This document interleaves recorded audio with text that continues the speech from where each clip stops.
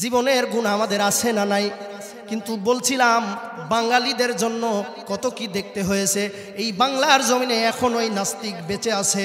এই নাস্তিক কিছুদিন আগেই বলেছে 5ই আগস্টের আগে মোল্লারা যখন হাত তোলে দোয়া করে, আল্লাহ জীবনের গুনাহ মাফ করে দাও, বাবা মার গুনাহগুলা মাফ করে দাও, জীবনের সব গুনাহগুলা, আমার জীবনের গুনাহগুলা মাফ করে দাও। ওই কুলাঙ্গার নাস্তিক বলে মোল্লারা যখন এই দোয়া করে আমি তখন তাদের সাথে আমিন বলি না, হাত তুলি না, দোয়া করি না। কেন? বলে এইভাবে বুক থাবড়ায় আর বলে আমার জীবনে আমি মনে করি আর কোনো গুনাহ নাই। নাউজুবিল্লাহ পড়েন, গুনাহ নাই এই কথা কেউ বলতে পারবে? আমি ওই কুলাঙ্গারকে বলতে চাই, গতদিন নাটোরের মাঠেও বলেছি, আজ এই রাজশাহীর মাঠেও বলতে চাই, ও কুলাঙ্গার, আল্লাহর নবীর মতো নিষ্পাপ মানুষ এই পৃথিবীর জমিনে ছিল না। কথা বলুন ঠিক কিনা? সেই আল্লাহর নবী, দৈনিক হাদিস পড়ে দেখেছি, সেই আল্লাহর নবী নিজেও দিনের মধ্যে প্রায় 70 বারের থেকেও বেশি আল্লাহর কাছে গুনাহের জন্য ক্ষমা চেয়েছে। তুমি কত বড় নাস্তিক, কত বড় মরদ হয়ে গেছো, তুমি বলো আমার জীবনে গুনাহ নাই। কথা বলুন ঠিক কিনা? আজকে এই রাজশাহীর মাটির থেকে বলতে চাই, তুমিও যদি কিয়ামতের আগে, তোমার মৃত্যুর আগে তওবা না করে মারা যাও, কিয়ামতের ময়দানে জাহান্নামের কঠিন আযাবের মধ্যে মরতে হবে। কথা বলুন ঠিক কিনা? এই সময়েও শোনা যায় এই 5ই আগস্টের পরেও কিছু কুলাঙ্গার দলেরা বলে এই বাংলার জমিন হবে আইডলবিহীন জমিন। আমি আপনাদেরকে বলতে চাই, ইটের ভাটায় যারা ইট কাটে, ফরমা ছাড়া কি ইট বানানো সম্ভব? ফরমা ছাড়া যেমন ইট বানানো সম্ভব না, তেমন কোন আইডল ছাড়াও সমাজ গঠন সম্ভব না। কারো বাপ দাদার বানানো কিচ্ছা কাহিনী দিয়ে, আইডল দিয়ে, কোন বাপ দাদার বানানো কাহিনী দিয়ে বাংলার জমিন চলবে না, বাংলার সমাজ চলবে না, বাংলার রাষ্ট্র চলবে না, বাংলার আদালত চলবে না। বরং আল্লাহর পাঠানো কোরআন দিয়ে আইন হবে, রাষ্ট্র হবে। কারা কারা চান 2 হাত উঁচু করে আল্লাহকে দেখান। একদিন তোমারই নাম মসজিদে হবে এলান, একদিন তোমারই নাম মসজিদে হবে এলান। তৈরি থেকো, তৈরি রেখো কবরের মাল সামান, একদিন তোমারই নাম মসজিদে হবে এলান, একদিন তোমারই নাম মসজিদে হবে এলান। জিকির লা ইলাহা, ভাই সাউন্ডটা একটু ক্লিয়ার করেন। আর পপ করে কে? জিকির লা ইলাহা, জোরে লা ইলাহা। মনিটর বন্ধ হয়ে যাচ্ছে কি আপনার বারবার বিকাল থেকে? লা ইলাহা সুবহানাল্লাহ ওয়াল হামদুলিল্লাহ, লা ইলাহা সুবহানাল্লাহ ওয়াল হামদুলিল্লাহ, লা ইলাহা লা ইলাহা ইল্লাল্লাহু মুহাম্মাদুর রাসূলুল্লাহ সাল্লাল্লাহু আলাইহি ওয়াসাল্লাম। মুআজ্জাজ মুহতারাম, কালুপাড়া যুব সমাজের উদ্যোগে আয়োজিত 2য় বার্ষিকী ঐতিহাসিক তাফসীরুল কোরআন মাহফিলের সম্মানিত সুযোগ্য মান্যবর সভাপতি আমার বড় ভাই জনাব মোহাম্মদ হাসান আলী সরদার, আমন্ত্রিত প্রধান অতিথি জনাব আলহাজ মোহাম্মদ আব্দুস সাত্তার, বিশিষ্ট শিল্পপতি ও সমাজসেবক, প্রধান উপদেষ্টা 21 নং ওয়ার্ড বিএনপি ঢাকা মহানগর উত্তর, পুঠিয়া দুর্গাপুরের বিএনপির এমপি মনোনয়ন প্রত্যাশী, বিশেষ অতিথি জনাব মোহাম্মদ কামরুজ্জামান আইনাল, সাবেক চেয়ারম্যান 5 নং ঝালুকা ইউপি, আহ্বায়ক দুর্গাপুর উপজেলা বিএনপি, এছাড়াও আমন্ত্রিত অতিথিবৃন্দ, আমন্ত্রিত আজকের মুকুট, এই মাহফিলের মুকুট প্রধান আলোচক জনাব হজরত আলহাজ কারি মাওলানা মোহাম্মদ আব্দুল বাশির আল হাদি, ভাষ্যকার, বাংলাদেশ বেতার, ঢাকা। এছাড়াও আরো অন্যান্য আলোচকবৃন্দ আমার আগে কিছুক্ষণ আলোচনা করেছেন আমাদের এলাকার মুরব্বী, এবং আমার সামনে উপবিষ্ট, মঞ্চে উপবিষ্ট, বিভিন্ন জায়গায় অবস্থানরত ইমানপ্রিয়, দিনপ্রিয়, ইসলামপ্রিয় তৌহিদি জনতা, পর্দার অন্তরালে অবস্থিত আমার মা ও ভগ্নীগণ, সকলকেই আন্তরিক মোবারকবাদ জানিয়ে শুরুতে আরও একটিবার সালাম, আসসালামু আলাইকুম ওয়া রাহমাতুল্লাহি ওয়া বারাকাতুহু। এখানে আসতে পেরে খুশি না বেজার? খুশি যদি হন, শুকরিয়া আদায় করব কার? হায়াত দিয়েছেন কে? মউত দিয়েছেন কে? তাহলে শুকরিয়া আদায় করব কার? আল্লাহ। জোরে সোরে কণ্ঠ ছেড়ে দিয়ে পড়ছি আলহামদুলিল্লাহ। দরুদ ও সালাম অগণিত ধারায় বর্ষিত হোক মানবতার মুক্তির দিশারি, মানবতার মহান শিক্ষক সৈয়দুল আম্বিয়া বিশ্বনবী জনাবে মুহাম্মাদুর রাসূলুল্লাহ সাল্লাল্লাহু আলাইহি ওয়াসাল্লামের প্রতি। সম্মানিত হাজিরিন, আপনাদের সামনে পবিত্র কালামে হাকিম থেকে মূল্যবান কিছু কথা বলার লক্ষ্যে পবিত্র কালামে পাকের 28 নম্বর পারাত থেকে 11 নম্বর পৃষ্ঠার থেকে সূরাতুস সফের 8 এবং 9 দুটি আয়াত তেলাওয়াত করেছি, রাসূলের মুখনিসৃত একটি হাদিস উপস্থাপন করেছি। এ বিষয়ে যে কথাগুলো আপনাদের সামনে উপস্থাপন করব অত্যন্ত মূল্যবান, গুরুত্বপূর্ণ কথা, বিশেষ করে বর্তমান সময়ে মুসলিম জাতির জন্য যে কথাগুলা অত্যন্ত দরকার সে কথাগুলাই উপস্থাপন করার চেষ্টা করব ইনশাআল্লাহ। আল্লাহ রাব্বুল আলামিন আমাকে কবুল করুন, সকলেই পড়ি আমিন। তবে তার আগে আপনাদেরকে পবিত্র কোরআনুল কারীমের মহিমা বুঝানোর লক্ষ্যে, কোরআনের পরিচয় দেওয়ার সূত্রে, জাতি কেন কোরআন শুনবে, কেন কোরআন বুঝবে, কেন কোরআন মানবে, এই নিমিত্তে কোরআনের কিছু পরিচয় আপনাদের সামনে তুলে ধরতে চাই, যাতে করে আপনাদের আলোচনা বোঝা, শোনা এবং মানা সহজ হয়ে যায়।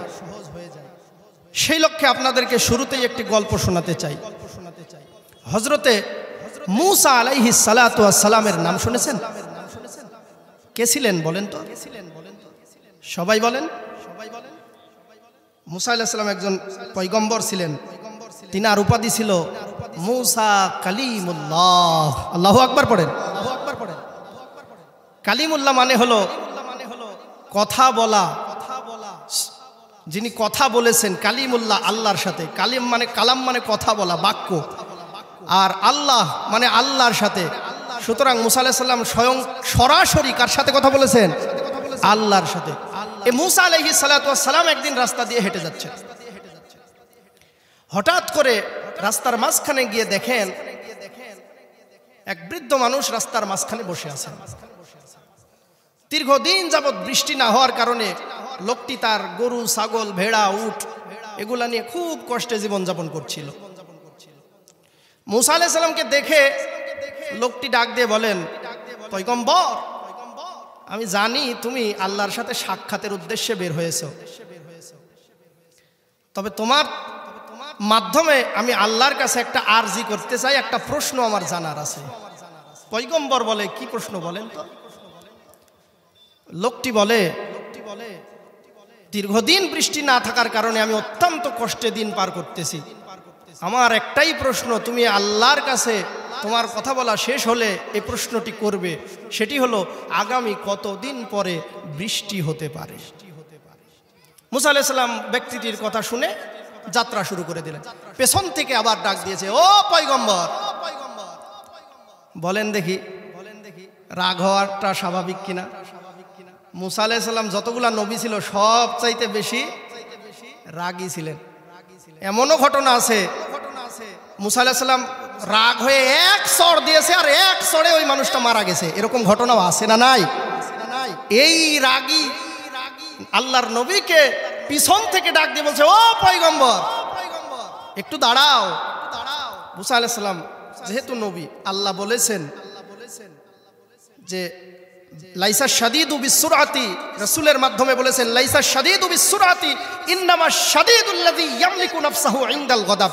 বীর সে ব্যক্তি নয় যে লড়াই করে যুদ্ধ জয় করলো, বরং বীর সেই ব্যক্তি যে নিজের রাগকে কন্ট্রোল করতে পারে। সুবহানাল্লাহ পড়েন। এই হাদিস থেকে একটা কিন্তু শিক্ষা হয়ে গেল। এই সমস্ত মাহফিলগুলো আমাদের শিক্ষার জন্যই, কথা বলুন ঠিক কিনা? তো আল্লাহর নবীর হাদিসটা মনে এসেছে, বাক্যটা মনে এসেছে। মুসা আলাইহিস সালাম আর রাগ করেন নাই, বলছে কি বলবা বলো। বলছে আল্লাহর সাথে কথা বলতে গিয়ে আমার এই প্রশ্ন করতে তুমি যেন ভুলে না যাও। আচ্ছা ঠিক আছে। হযরতে মুসা আলাইহিস সালাম আল্লাহ তাআলার কাছে চলে গেলেন। বাক্য বিনিময় শেষ করে শেষ মুহূর্তে রব্বুল আলামিনকে ডেকে বলছেন, আল্লাহ রাব্বুল আলামিন, আমি যখন আসি আপনার এক পাগল বান্দা আপনার কাছে একটা প্রশ্ন করেছে, উত্তর জানতে চাই। আল্লাহ, বান্দাটার এত আগ্রহ, আমি যখন রওনা দিয়েছি পিছন থেকে আবার আমাকে ডাক দিয়ে বলে, ও ভাই পয়গম্বর, আল্লাহর কাছে যাইতেছো যাও, কিন্তু তোমার কথা বলার মধ্যে আমার প্রশ্ন করতে যেন ভুলে না যাও। সুবহানাল্লাহ পড়ে। আল্লাহ রাব্বুল আলামিন বললেন, কি প্রশ্ন বলো মুসা। পয়গম্বর মুসা আলাইহিস সালাতু ওয়াস সালাম ডাক দিয়ে বললেন, রব্বুল আলামিন, দীর্ঘদিন বৃষ্টি না হওয়ার কারণে আপনার বান্দা খুব কষ্টে জীবনযাপন করতেছে, যার কারণে বান্দা অন্য কোনো কিছু জিজ্ঞেস করে নাই, জিজ্ঞেস করেছে আগামী কতদিনের মধ্যে বৃষ্টি হতে পারে। ওগো আল্লাহ, আপনি জানাই দেন আগামী কতদিন পরে বৃষ্টি হতে পারে। হযরতে মুসা আলাইহিস সালাতু ওয়াস সালামের প্রশ্ন আল্লাহ রাব্বুল আলামিন শ্রবণ করার পরে উত্তর জানিয়ে দিলেন, ও মুসা, আমার ওই বান্দাকে জানিয়ে দিও আগামী 1 বছর আর বৃষ্টি হবে না। আপনারা খুশি না বেজার? বুঝতে পারেন নাই মনে হয় কথা। আচ্ছা আপনাদেরকে বলি, এখন শীতকাল, বৃষ্টি না হলে খুশি, কিন্তু গ্রীষ্মকাল যখন চলে আর দীর্ঘদিন বৃষ্টি নাই, এই মুহূর্তে বৃষ্টির আশা করে আছেন আল্লাহর কাছে, আর আল্লাহর একজন বার্তাবাহক আপনাকে এসে খবর দিল আগামী 1 বছর আর বৃষ্টি হবে না, খুশি হবেন না বেজার হবেন? বেজার হবেন। মুসা আলাইহিস সালাতু ওয়াস সালাম ভয় পেয়ে গেলেন, মনের মধ্যে সংকোচ চলে আসলো।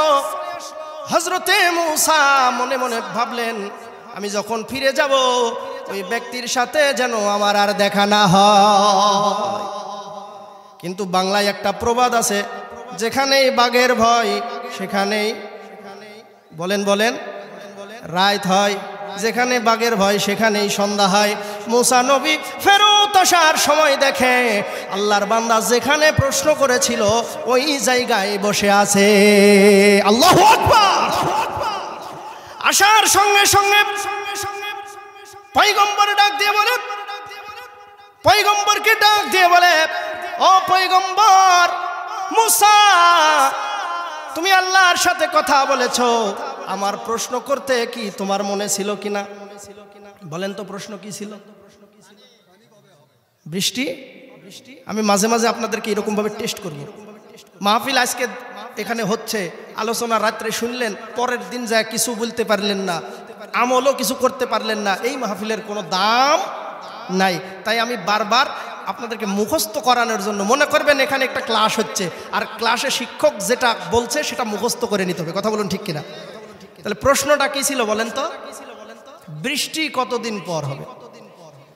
পয়গম্বর ডাক দিয়ে বলেন, ও ভাই, আমি আল্লাহর কাছে প্রশ্ন করেছি, ওগো আল্লাহ, বৃষ্টি কতদিন পর হবে? আল্লাহ রাব্বুল আলামিন উত্তর দিয়ে জানিয়ে দিয়েছেন আগামী 1 বছর যাব তার কোনো বৃষ্টি হবে না। কথাটি বলতে দেরি হলো, কিন্তু আল্লাহর বান্দার মুখ দিয়ে আলহামদুলিল্লাহ বলতে দেরি হয় নাই। আপনারাও বলেন আলহামদুলিল্লাহ। কথাটা কিন্তু বেজার হওয়ার মতনই কথা।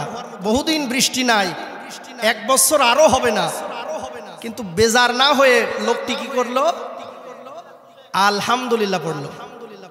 হযরতে মুসা নবী লোকটার সাথে সাক্ষাৎ শেষ করে অল্প সময়ের মধ্যেই যখনই পিছন দিকে ঘুরে চলে যাওয়ার জন্য রওনা দিয়েছে, এক ধাপ দিয়েছে, সঙ্গে সঙ্গে ঝমঝমাঝম বৃষ্টি শুরু হয়ে গেছে। মুসা নবী মনের মধ্যে ইতস্তত বোধ করলেন, একটু লজ্জিত হয়ে গেলেন। আরে আল্লাহ আমাকে বলল 1 বছর বৃষ্টি হবে না, অথচ এখনই বৃষ্টি হলো। মুসা নবী কোথাও যায় নাই, আবার চলে গেছে আল্লাহর দরবারে। ও আল্লাহ রাব্বুল আলামিন, তুমি আমাকে বললে আগামী 1 বছর বৃষ্টি হবে না, অথচ ওই বান্দাকে বলার সাথে সাথে বৃষ্টি শুরু হয়ে গেল।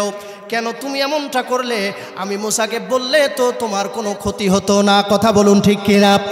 আল্লাহ রাব্বুল আলামিন ডাক দিয়ে বলেন, মুসা রে, ও পয়গম্বর মুসা, দেব না বৃষ্টি, দেব না।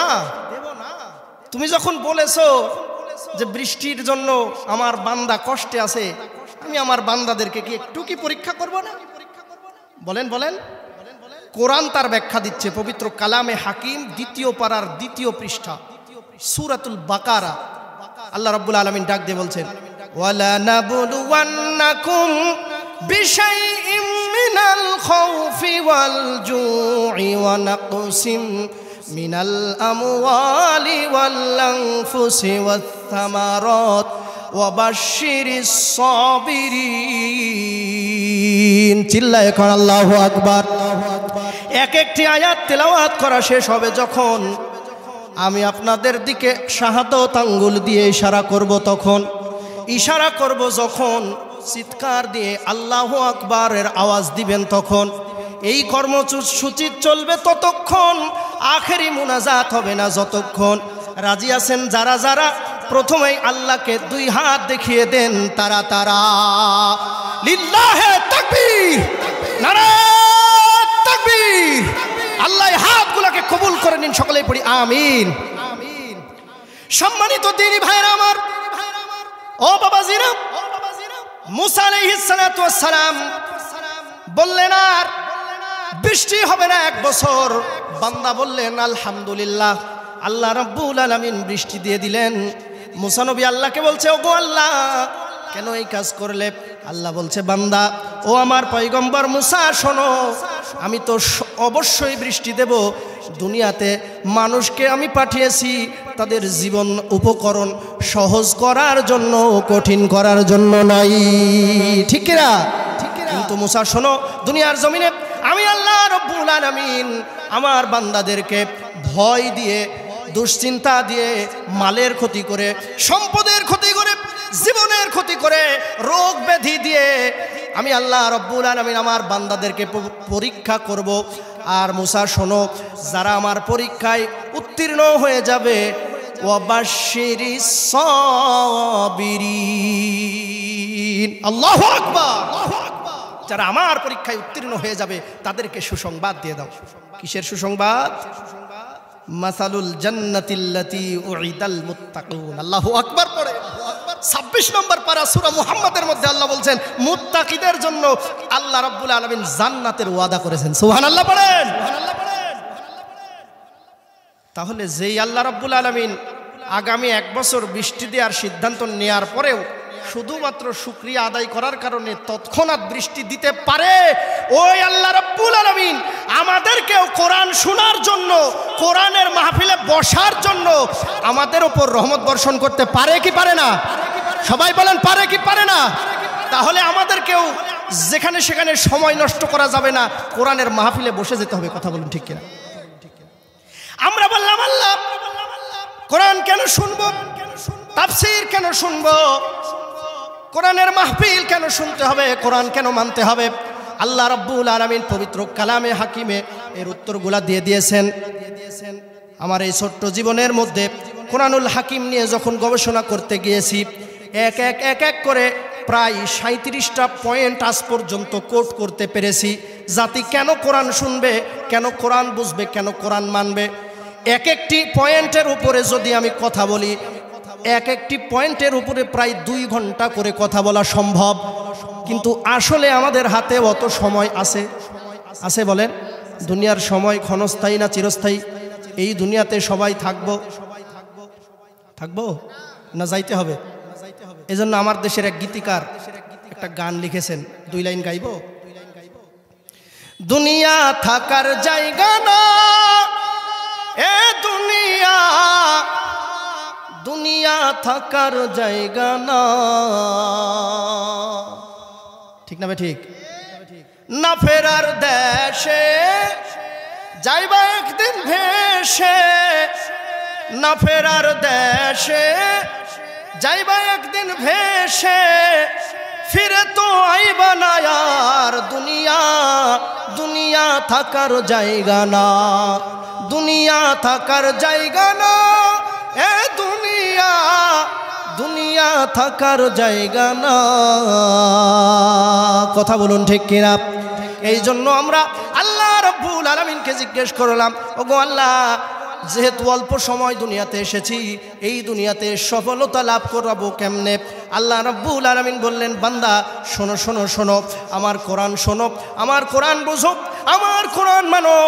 আর যদি জীবনে বাস্তবায়ন করতে পারো, তোমার পারিবারিক জীবন, তোমার সংসদীয় জীবন, তোমার রাষ্ট্রীয় জীবন, তোমার দেশের রাজনীতিতে, তোমার দেশের সংসদের মধ্যে, পার্লামেন্টের মধ্যে আমার কোরআনের আইন যদি বাস্তবায়ন করতে পারো, এই দুনিয়াতে সফলতা পেয়ে যাবে। সুবহানাল্লাহ পড়েন। আমরা বললাম, আল্লাহ কেন কোরআন শুনবো? আল্লাহ রাব্বুল আলামিন জানিয়ে দিলেন 37টা পয়েন্ট বলার আমার সময় নাই, যে কয়টা বলা যায় 2-1টা বলবো।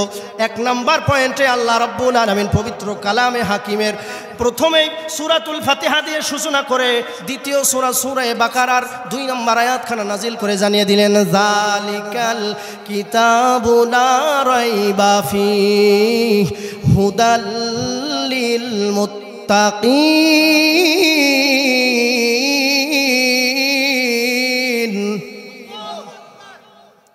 আল্লাহ জানিয়ে দিলেন এইটাই ওই কিতাব, লা রাইবা ফীহি, যার মধ্যে কোনো রূপ কোনো সন্দেহ। এখানে যারা আরবি গ্রামার জানেন এরা বলতে পারবেন, ইসমে ইশারার মধ্যে হাজাও একটা শব্দ, জালিকাও একটা শব্দ। আল্লাহ জালিকাল কিতাব না বলে হাজাল কিতাব এটাও বলতে পারতেন, কিন্তু কেন বলেননি জানেন? বাক্যটার গুরুত্ব বোঝানোর জন্য, দূরবর্তী বোঝানোর জন্য। এর মানে আল্লাহ রাব্বুল আলামিন বুঝাইতে যাচ্ছেন, ও পৃথিবীর মানুষ শোনো, আমি আল্লাহ রাব্বুল আলামিন 1500 বছর আগে পবিত্র কালামে হাকিম নাজিল করলাম। পবিত্র কালামে হাকিম নাজিল করে চ্যালেঞ্জ ছুড়ে দিলাম, কিয়ামত পর্যন্ত এই কিতাব থাকবে, কিয়ামত পর্যন্ত এই কিতাবের কেউ ভুল বা কোনো রূপ ত্রুটি খুঁজে বার করতে পারবে না। আল্লাহ রাব্বুল আলামিন চ্যালেঞ্জ করলেন, وَإِن كُنتُمْ فِي رَيْبٍ مِّمَّا نَزَّلْنَا عَلَى عَبْدِنَا فَأْتُوا بِسُورَةٍ مِّن مِّثْلِهِ। আল্লাহু আকবার পড়েন। আল্লাহ রাব্বুল আলামিন বললেন, ও পৃথিবীর মানুষ শোনো, আমার এই কিতাবের মধ্যে কোনো রূপ কোনো ত্রুটি বা সন্দেহ নাই, কিন্তু আমি আল্লাহ এটাও জানি কিয়ামত পর্যন্ত সিটার বাটপারের অভাব হবে না। কথা বলুন ঠিক কিনা? দুঃখজনক হলেও সত্য, এই তো কিছুদিন আগে এই বাংলার জমিনেও এক নাস্তিক ছিল, যেই নাস্তিক বলেছে কোরআনের মাঝে কিছু কিছু জায়গায় ভুল আছে। নাউজুবিল্লাহ পড়েন। বলেছে কোরআনের মধ্যে কিছু কিছু জায়গায় ভুল আছে, হাদিসেও কোনো কোনো জায়গায় ভুল আছে। নাউজুবিল্লাহ জোরে বলেন। আমি বলবো, নাস্তিক শুনে নাও, জেনে নাও, চ্যালেঞ্জ ছুড়ে দিয়ে বললাম, এই কোরআনের মধ্যে শুরু থেকে নিয়ে শেষ পর্যন্ত, কিয়ামত পর্যন্ত কোনো রূপ কোনো ভুল বা ত্রুটি নাই এবং কেউ খুঁজে পাবে না, থাকবে না। তুমি যেহেতু এই কথাটি বলেছো, তোমার মুখ দিয়ে এই কথা বের হয়েছে, তার মানে আমি বলবো তোমার চরিত্রের মধ্যেই ভুল আছে, এখনো সংশোধন হয়ে যাও। আল্লাহর কসম করে বলি, এই নাস্তিক যদি মারা যাওয়ার আগে তওবা না করে মারা যায়, আল্লাহর কিয়ামতের ময়দানে এই নাস্তিক কাফের মুনাফিকের লাইনের মধ্যে দাঁড়াবে। কথা বলুন ঠিক কিনা? চ্যালেঞ্জ, কেউ যদি আমার কোরআনের ব্যাপারে সন্দেহ পোষণ করে, ও পৃথিবীর মানুষ শুনে নাও, ইন কুনতুম, যদি তোমরা ফি রাইবিম মিম্মা, সন্দেহ পোষণ করো এই কিতাবে, নাজ্জালনা, যা আমি নাজিল করেছি, আলা আবদিনা, আমার বান্দার ওপর। বলেন কোরআন নাজিল হয়েছে কার ওপর? হযরতে মুহাম্মাদুর রাসূলুল্লাহ সাল্লাল্লাহু আলাইহি ওয়াসাল্লামের ওপর।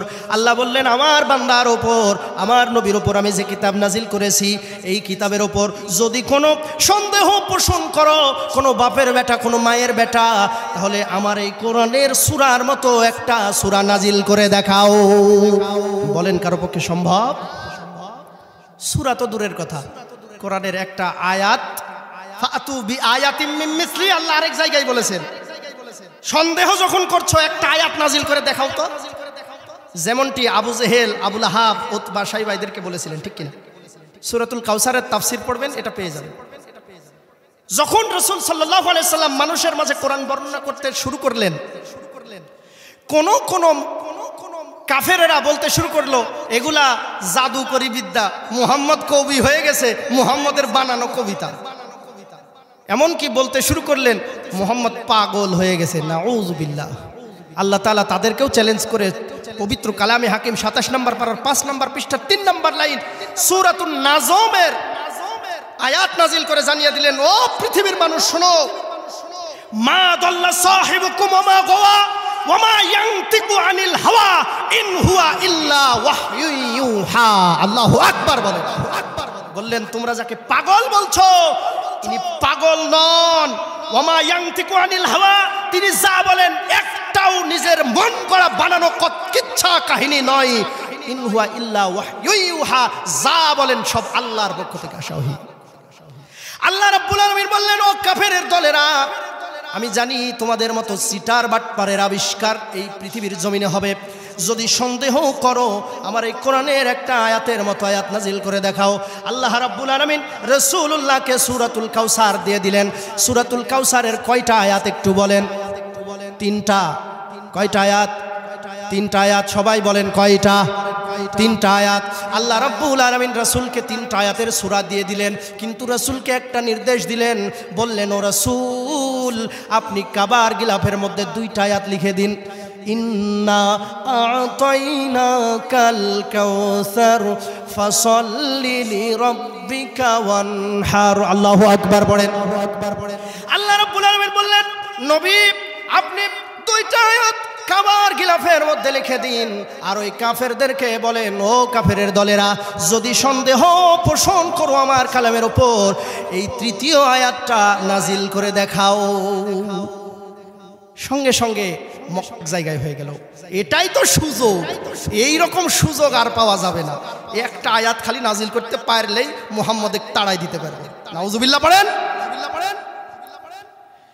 সঙ্গে সঙ্গে শাম, সিরিয়া, মিশর, ইয়েমেন, আশেপাশের সমস্ত জায়গার মধ্যে চিঠি বিলি করে দিলেন, কোন জায়গায় কোন সাহিত্যিক আছো, কোন কবি আছো, তাড়াতাড়ি আমাদের সামনে এসে উপস্থিত হয়ে যাও, দেখা দাও।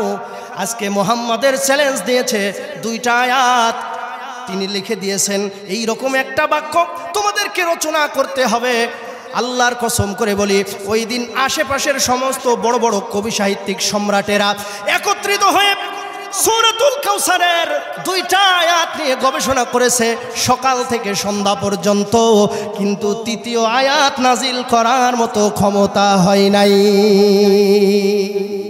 সুবহানাল্লাহ বললেন না? মাহফিলে যখন বসবেন, যেখানেই বসুন না কেন, মুখটাকে তালা লাগিয়ে রাখবেন না। এগুলা হলো আপনার বোনাস। কথা বলুন ঠিক কিনা? আল্লাহর হাবিব বলেছেন, কালিমাতানি খফিফাতানি আলাল লিসান সাকিলাতানি ফিল মিজান হাবিবাতানি ইলার রহমান। আল্লাহর নবী বলেছেন 2টি শব্দ আছে, যে 2টি শব্দ দেখতে খুবই ছোট, ওজনে খুবই ছোট, কিন্তু মিজানের পাল্লাই সব থেকে বেশি ওজন। সুবহানাল্লাহ পড়েন। সুবহানাল্লাহ পড়েন। এমনকি আল্লাহ তাআলার কাছে সব থেকে বেশি প্রিয় সেটা কি? একটা হলো সুবহানাল্লাহি ওয়া বিহামদিহি, আরেকটা হলো সুবহানাল্লাহিল আযীম। আল্লাহু আকবার পড়েন। সুতরাং মুখটা বন্ধ রাখা যাবে।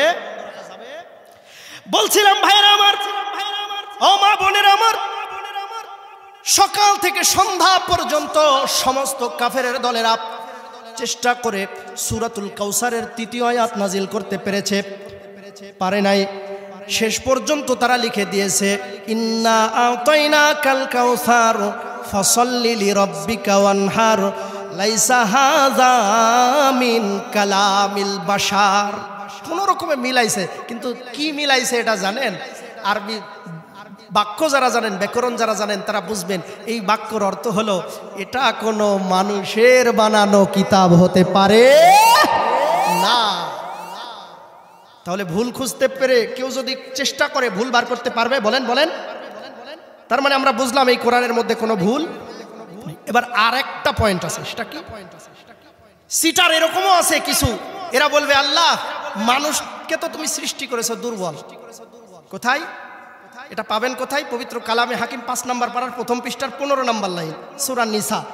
আল্লাহ বলেছেন খুলিকাল ইনসানু দাঈফা, মানুষকে সৃষ্টি করা হয়েছে দুর্বল রূপে। তো কিছু চিটার এই পয়েন্টটাকে কাজে লাগায় বলবে আল্লাহ মানুষ তো দুর্বল, কিন্তু মানুষের সাথে যদি তুমি আরেকটা জাতিকে অ্যাড করে দিতা, ওই মানুষ আর ওই জাতিটা অর্থাৎ জিন জাতি এরা যদি একসাথে হইতো তাহলে মনে হয় কোরআনুল কারীমের একটা সূরা রচনা করতে পারতো।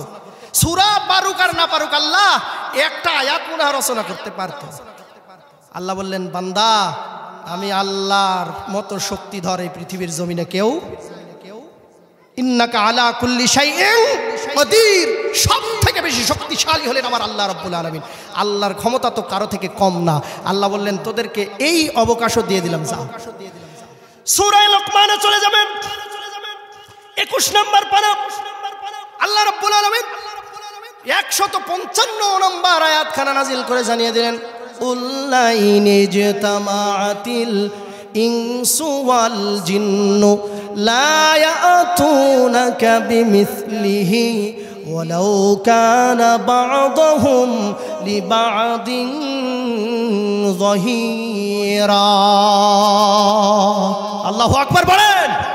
আল্লাহ রাব্বুল আলামিন জানিয়ে দিলেন ও বিশ্ব নবী, ওই সিটার বাটপারদেরকে জানিয়ে দিন যদি আমি আল্লাহ রাব্বুল আলামিন মানুষের সাথে জিন জাতিকেও মিশিয়ে দেই, শুধু জিন জাতি নয়, আমি আল্লাহ রাব্বুল আলামিন ব্যতীত পৃথিবীর যত মাখলুকাত আছে, যত প্রাণী আছে, যত জ্ঞানী গুণী আছে, সমস্ত কিছুকেও যদি এক জায়গায় করে দেই আর সবাই মিলেও যদি চেষ্টা করে আমার এই কোরআনুল কারীমের একটা আয়াতের মতো আয়াত রচনা করার ক্ষমতা কারো নাই।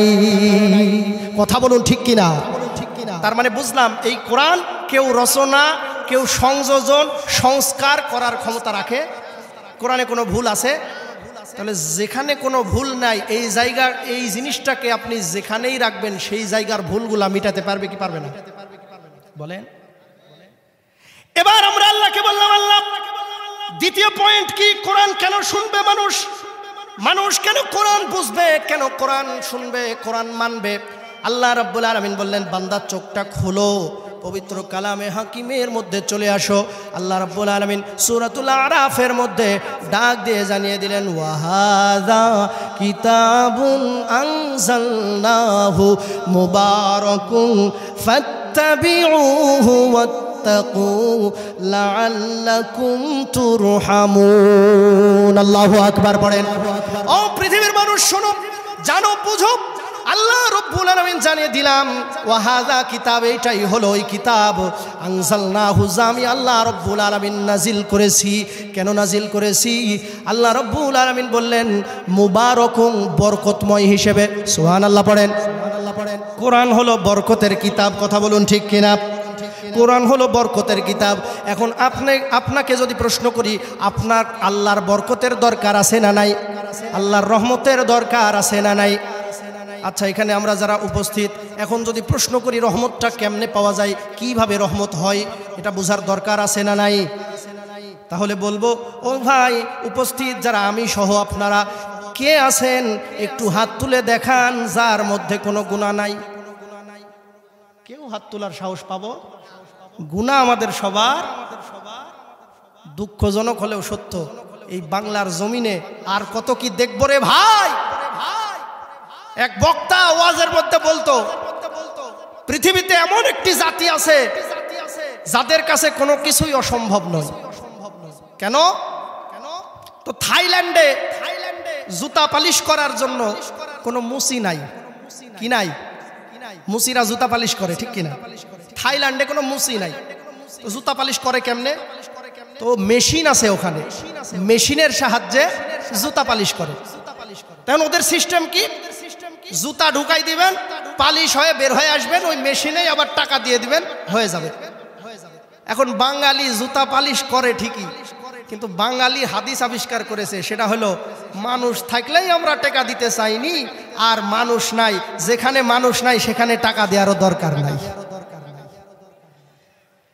এখন বছর শেষে যখন ওই কোম্পানিগুলা তাদের মেশিনগুলা খুলে হিসাব করে দেখে জুতা পালিশ হয়েছে এত জোড়া, মাগার টাকা নাই।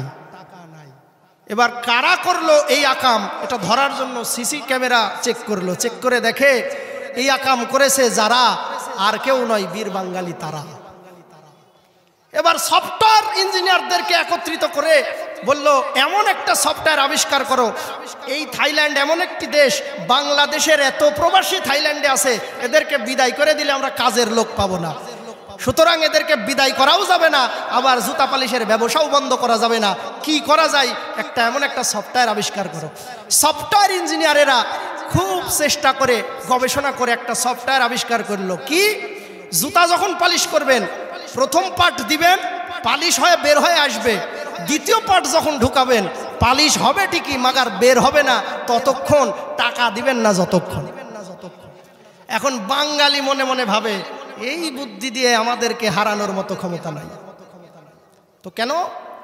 তো বাঙালি প্রথমে একটা মেশিনের মধ্যে এক পার্ট দেয়, পালিশ হয়ে বের হয়ে চলে আসে, ওখানে আর দ্বিতীয় পার্ট দেয় না, কিছু দূর হেঁটে যায়, দ্বিতীয় আরেকটা মেশিনে দ্বিতীয় পার্ট ঢুকাই দেয়, পালিশ হয়ে বের হয়ে আসে। বীর বাঙালি পায়ে দিয়ে টাকা না দিয়ে বীরের মতো হাঁটতে হাঁটতে চলে যায়।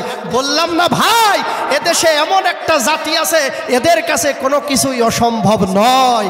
এরা 71 সালে, এরা 79 সালে জন্মগ্রহণ করে, 81 সালের মামলার সাক্ষী দিতেও পারে।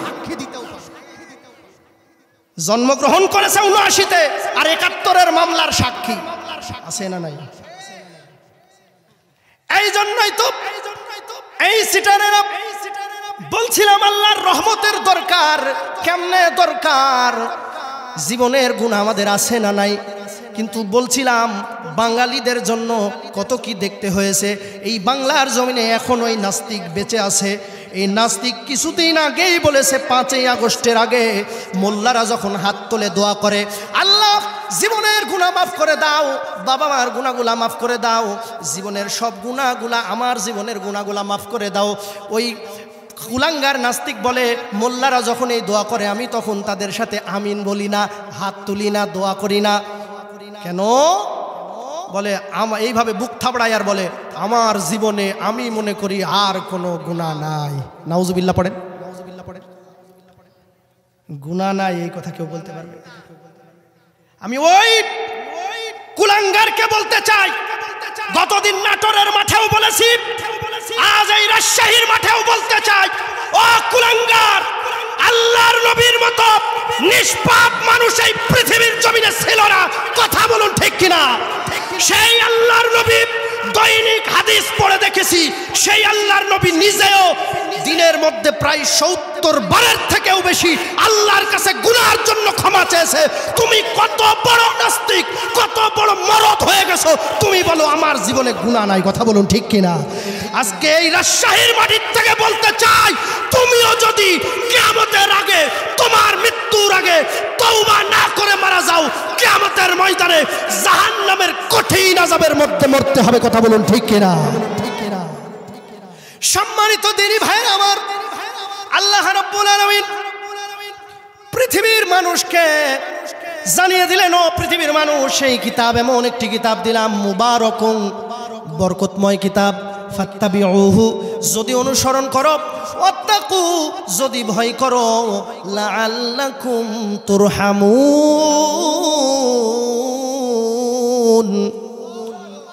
আল্লাহ আল্লাহ বলছেন, ও পৃথিবীর মানুষ শুনে নাও, যদি অনুসরণ করো আর যদি ভয় করো আমি আল্লাহ রব্বুল আলামিন রহমত দিয়ে দেব। কেমনে রহমত দিব? আমি আল্লাহর ভয়ে যারা দাঁড়িয়ে যায়, যারা আমি আল্লাহর ভয়ে গুনাহ থেকে বেঁচে থাকে, যারা আমি আল্লাহর ভয়ে নিষিদ্ধ কাজ থেকে বেঁচে থাকে, আল্লাহ রব্বুল আলামিনের ঘোষণা হয়ে গেল পবিত্র কালামে হাকিমে চলে যান, যতক্ষণ কথা হবে কোরআন থেকেই হবে। কথা বলুন ঠিক কিনা? শুধুমাত্র বোঝানোর নিমিত্তে মাঝে মাঝে কিছু উদাহরণ উপমা দিতে হবে। এবার আল্লাহ বলল, ও বান্দা, রহমত কেমনে দিব? আমি আল্লাহকে ভয় করলে কেমনে আমি আল্লাহ তোমাকে রহমত দিব? কি দিব শুনে নাও।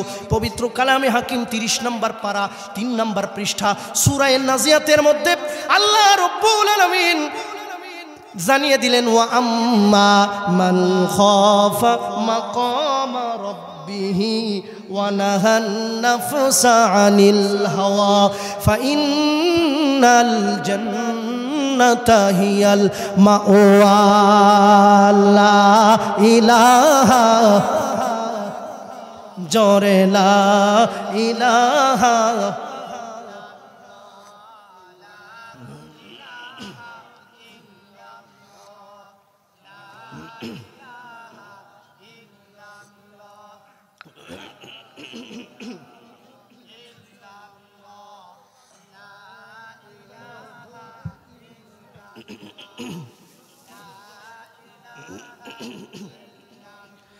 লা ইলাহা ইল্লাল্লাহু মুহাম্মাদুর রাসূলুল্লাহ সাল্লাল্লাহু। আপনাদের মনে আছে কি বলছিলাম? আল্লাহ বললেন, ও বান্দা, সূরাতুন নাজিয়াতের শেষের দিকে 30 নম্বর পারা আল্লাহ রাব্বুল আলামিন 30 নম্বর পারার 4 নম্বর পৃষ্ঠাতে জানিয়ে দিলেন, ওয়া আম্মা মান খাফা মাকামা রাব্বিহি ওয়া নাহান নাফসা আনিল হাওয়া, যে কিনা আমি আল্লাহর ভয়ে দাঁড়িয়ে যাই, আমি আল্লাহর কাছে কামনা করে, আল্লাহ জীবনের গুনাহগুলো মাফের দরকার, তোমার রহমতের দরকার, তোমার বরকতের দরকার, আমি আল্লাহ রাব্বুল আলামিন ওই বান্দার জন্য জান্নাতুল মাওয়া নামক একটি জান্নাত নির্ধারিত করে দেই। সুবহানাল্লাহ পড়েন, সুবহানাল্লাহ পড়েন।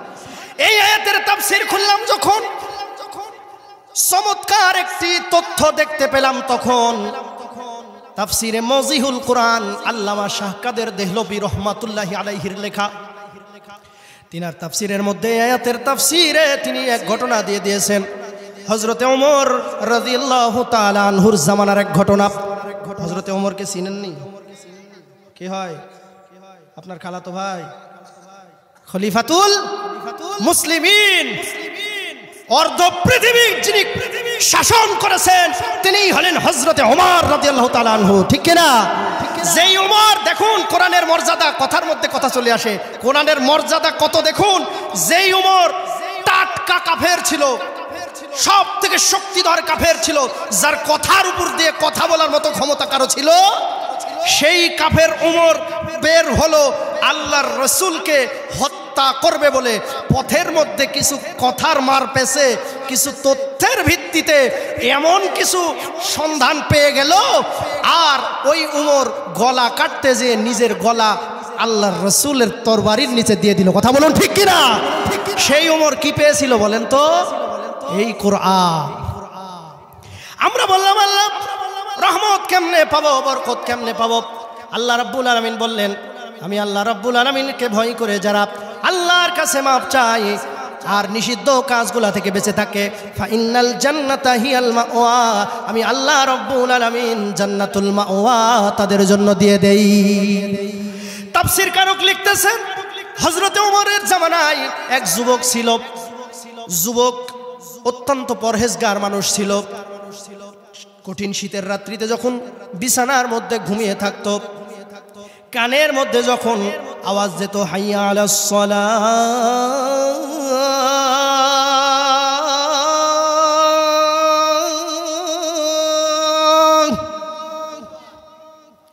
হাইয়া আলাস সালাহ, কাম টু দা প্রেয়ার, নামাজের দিকে আসো, যখনই কানের মধ্যে আওয়াজ যেত এক মুহূর্ত দেরি করতো না, আরামের কথা, আরামের লেপ, বালিশ, তোশক, বিছানা ত্যাগ করে মসজিদে চলে যেত। এত ভালো মানুষ ছিল, কিন্তু পৃথিবীর জমিনে যেখানেই ভালো মানুষ সেখানেই শয়তানের ওয়াসওয়াসা আছে না নাই? শয়তান তো আল্লাহর কাছে আর কিছু চাই নাই, অনেক দিন ইবাদত করেছিল, সে ছিল আজাজিল, ফেরেশতাদের সর্দার। কথা বলুন ঠিক কিনা? কিন্তু আল্লাহর মাত্র একটা হুকুম অমান্য করার কারণে সে অভিশপ্ত হয়ে গেল। হুকুমটা কি ছিল?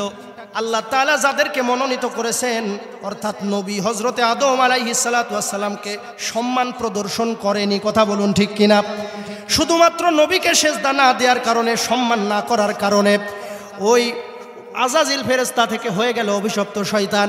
আমি আপনাদেরকে বলতে চাই, ওই ইবলিস আল্লাহর নবীকে অমান্য করার কারণে যদি অভিশপ্ত হইতে পারে, আজকের জামানায়ও যারা নবীকে, এমনকি নবীদের উত্তরসূরি, আল্লাহর নবী বলেছেন আল উলামা ওয়ারাসাতুল আম্বিয়া, আলেমগণ হলো নবীদের ওয়ারিস। এই জামানার বুকে দাঁড়িয়ে যারা ওই আলেমদেরকে অবমাননা করবে, সম্মান প্রদর্শন করবে না, বরং আলেমের ভুল খুঁজে বেড়াবে, খুঁজে বেড়াবে, যারা আলেমকে অসম্মান করবে, আমি বলতে চাই হাজার হাজার বছর ইবলিস যে ইবাদত করেছে, পৃথিবীর মানুষের পক্ষে করা কিন্তু সম্ভব না। তাহলে আমি বলতে চাই, আল্লাহর নবী এখন নাই, কিন্তু নবীদের ওয়ারিস আছে।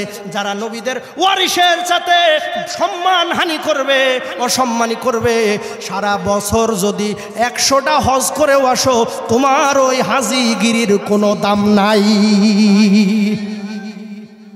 আলেমদেরকে সম্মান দিতে শিখুন। দুঃখজনক হলেও সত্য, এই বাংলার জমিনের লেডি ফেরাউন বেছে বেছে আলেমদেরকে হত্যা করেছে, আবার ওই আলেমদেরকে জেলখানার মধ্যে পুরে অত্যাচার করেছিল। কথা বলুন ঠিক কিনা? আমি বলবো, বেঁচে যতদিন আছেন এখনই তওবা করেন। আল্লাহ বলেছেন, আমার তওবার দরজা ততক্ষণ পর্যন্ত খোলা যতক্ষণ পর্যন্ত তোমার গলার মধ্যে গড়গড় আওয়াজ না আসে। কথা বলুন ঠিক কিনা? সুতরাং তওবা করে ফিরে আসুন।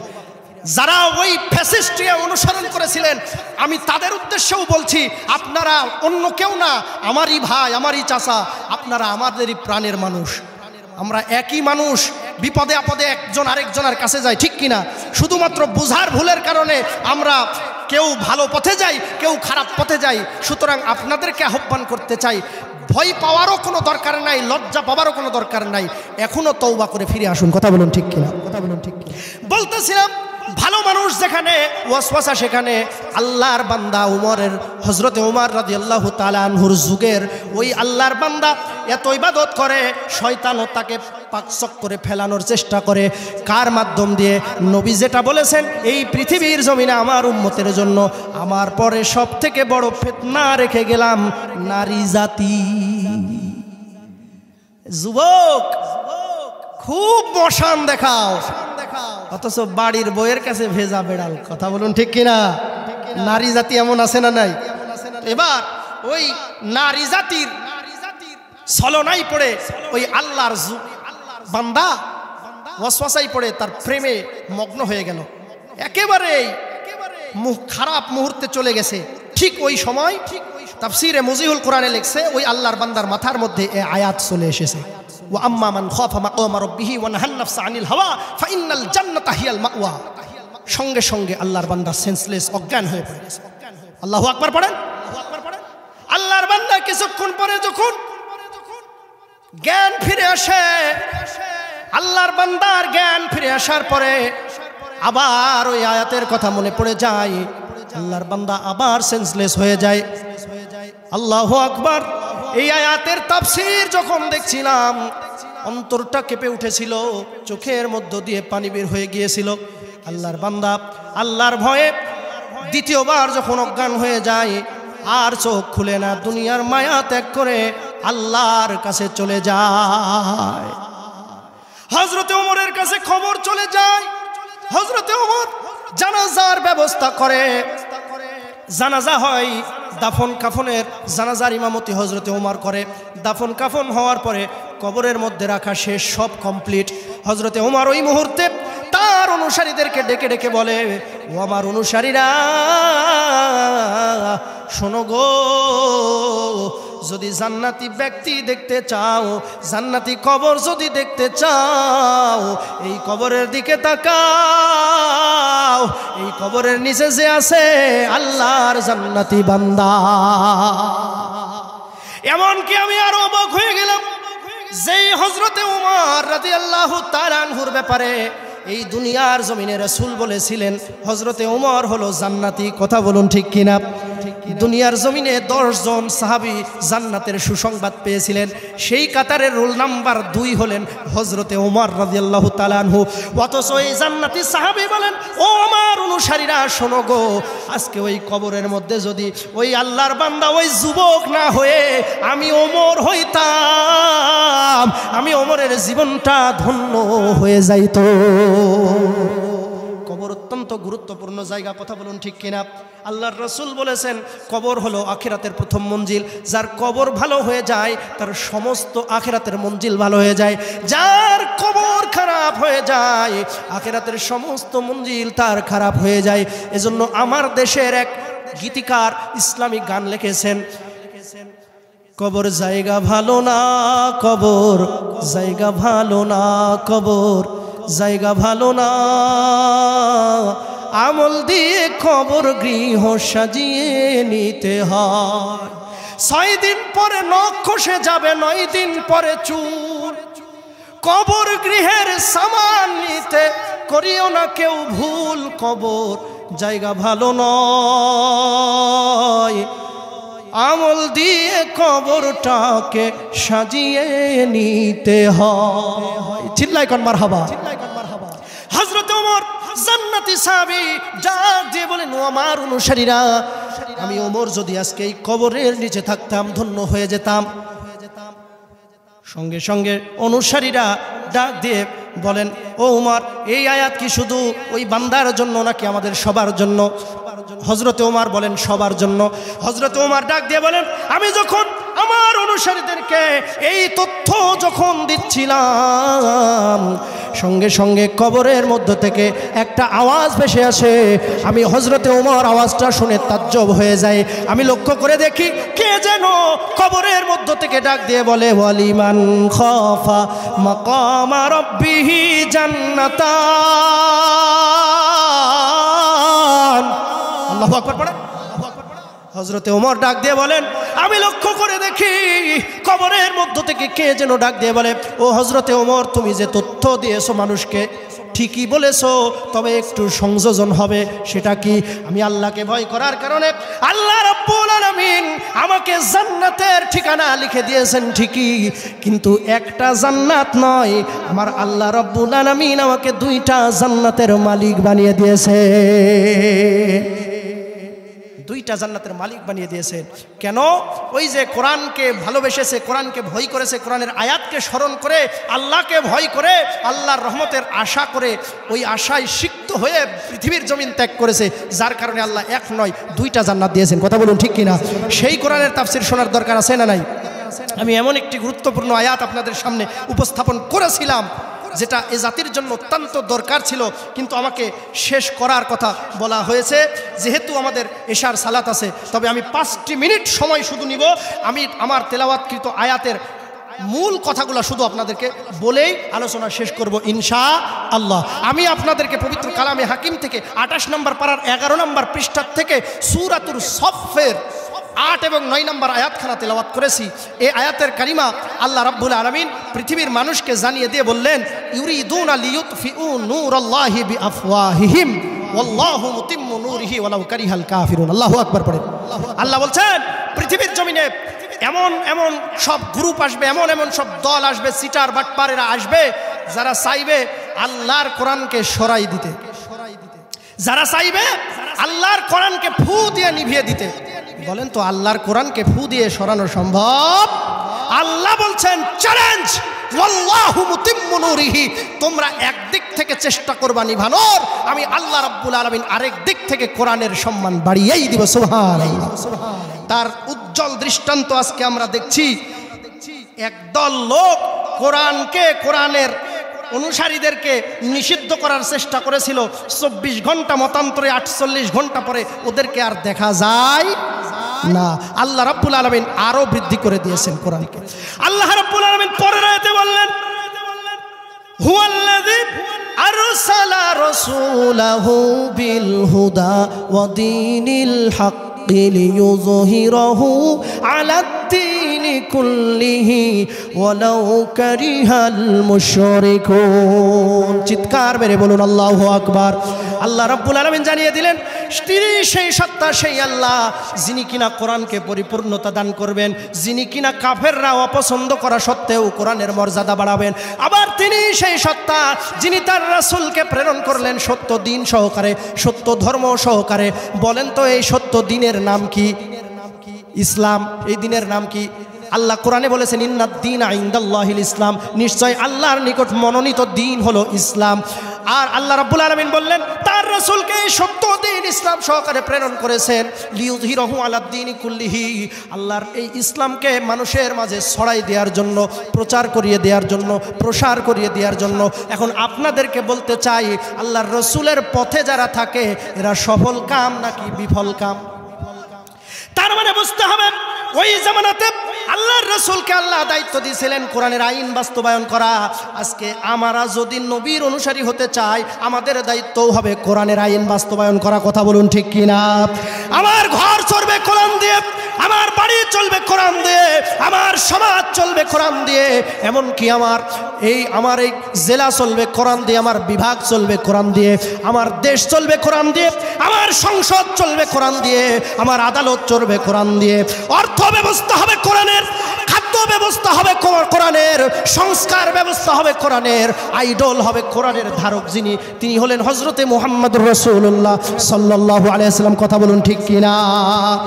এই সময়েও শোনা যায় এই 5ই আগস্টের পরেও কিছু কুলাঙ্গার দলেরা বলে এই বাংলার জমিন হবে আইডলবিহীন জমিন। আমি আপনাদেরকে বলতে চাই ইটের ভাটায় যারা ইট কাটে ফরমা ছাড়া কি ইট বানানো সম্ভব? ফরমা ছাড়া যেমন ইট বানানো সম্ভব না, তেমন কোনো আইডল ছাড়াও সমাজ গঠন সম্ভব না। কারো বাপ দাদার বানানো কিচ্ছা কাহিনী দিয়ে, আইডল দিয়ে, কোনো বাপ দাদার বানানো কাহিনী দিয়ে বাংলার জমিন চলবে না, বাংলার সমাজ চলবে না, বাংলার রাষ্ট্র চলবে না, বাংলার আদালত চলবে না। বরং আল্লাহর পাঠানো কোরআন দিয়ে আইন হবে, রাষ্ট্র হবে। কারা কারা চান দুই হাত উঁচু করে আল্লাহকে দেখান। নারায়ে তাকবীর, লিল্লাহে তাকবীর। আল কোরআনের আলো সংসদে চালো। আল্লাহ কবুল করেন, সকলেই পড়ি আমিন। সম্মানিত হাজরিন, বিস্তারিত কথা বলার সময় যেহেতু নাই, এশার সালাত আছে। আল্লাহ রাব্বুল আলামিন যতটুকু আলোচনা করলাম আমাদের জীবনে আমল করার তৌফিক দান করুন, সকলেই পড়ি আমিন। পরিশেষে আপনাদের প্রত্যেকের কাছে আমার অনুরোধ, জীবনে বহু করেছেন, বহু দিক দেখেছেন, মামা খালু চাচা সবাইকেই তো দিয়ে দেখেছেন। একবার কোরআনকে দিয়ে দেখুন, একবার কোরআনওয়ালাদেরকে দিয়ে দেখুন। আপনার সমাজকে আদর্শ সমাজে পরিণত করতে পারে এই কোরআন। কথা বলুন ঠিক কিনা? আমি আগেই বলেছি কোরআনে কোনো ভুল নেই, যার মধ্যে কোনো ভুল নেই তিনি যেখানেই যাবে সব ভুলগুলা উচ্ছেদ করে দেবে। কথা বলুন ঠিক কিনা? আগামীর বাংলাদেশ হবে কোরআনের বাংলাদেশ, আগামীর সংসদ হবে কোরআনের সংসদ। কথা বলুন ঠিক কিনা? আল্লাহ তাআলা কবুল করুন, সকলেই পড়ি আমিন। ওয়া আখিরু দাওয়ানা আনিল হামদুলিল্লাহি রাব্বিল আলামিন। আসসালামু আলাইকুম ওয়া রাহমাতুল্লাহি ওয়া বারাকাতুহু।